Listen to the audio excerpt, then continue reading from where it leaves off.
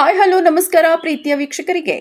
ಈ ದಿನ ನಾವು ಭದ್ರಾವತಿಯಲ್ಲಿರುವ ಸುಂದರವಾದ ಹಳೆಯ ದೇವಾಲಯದ ಬಗ್ಗೆ ತಿಳಿಯೋಣ.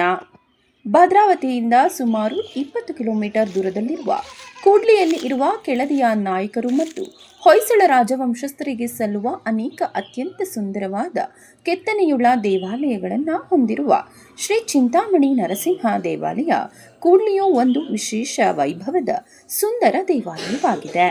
ಈ ದೇವಾಲಯವು ವಿಭಿನ್ನವಾಗಿದೆ. ಇಲ್ಲಿ ನರಸಿಂಹ ದೇವರು ಕುಳಿತ ಭಂಗಿಯಲ್ಲಿ ಭಕ್ತರಿಗೆ ದರ್ಶನ ನೀಡುತ್ತಿದ್ದಾರೆ. ಇನ್ನು ಶ್ರೀ ನರಸಿಂಹ ದೇವರು ಬೆಳೆಯುತ್ತಿರುವುದನ್ನು ಕಂಡು ಈ ದೇವರ ಹಣೆಯ ಮೇಲೆ ಪ್ರಹ್ಲಾದ ಮಹಾರಾಜರು ಬೆರಳನ್ನು ಒತ್ತಿ ಹಿಡಿದು ಗುರುತು ಕಂಡುಬರುತ್ತದೆ. ಈ ದೇವಾಲಯವು ತುಂಗಾ ಮತ್ತು ಭದ್ರಾ ನದಿಗಳ ಸಂಗಮದಲ್ಲಿರುವ 12ನೇ ಶತಮಾನದ ಚಿಂತಾಮಣಿ ನರಸಿಂಹ ದೇವಸ್ಥಾನ.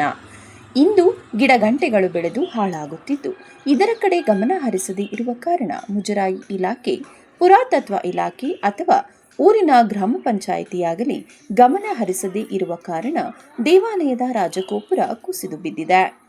ಗರ್ಭಗುಡಿಯು ಕುಸಿದು ಬೀಳುತ್ತಿದೆ. ಇಂಥ ಇತಿಹಾಸವಿರುವ ಸುಂದರ ದೇವಾಲಯವನ್ನು ಸಂಪೂರ್ಣವಾಗಿ ನಾಶವಾಗುವ ಮೊದಲು ಉಳಿಸಿಕೊಳ್ಳಬೇಕು ಎಂದು ಗ್ರಾಮಸ್ಥರು ಆಗ್ರಹ ಮಾಡಿದ್ದಾರೆ.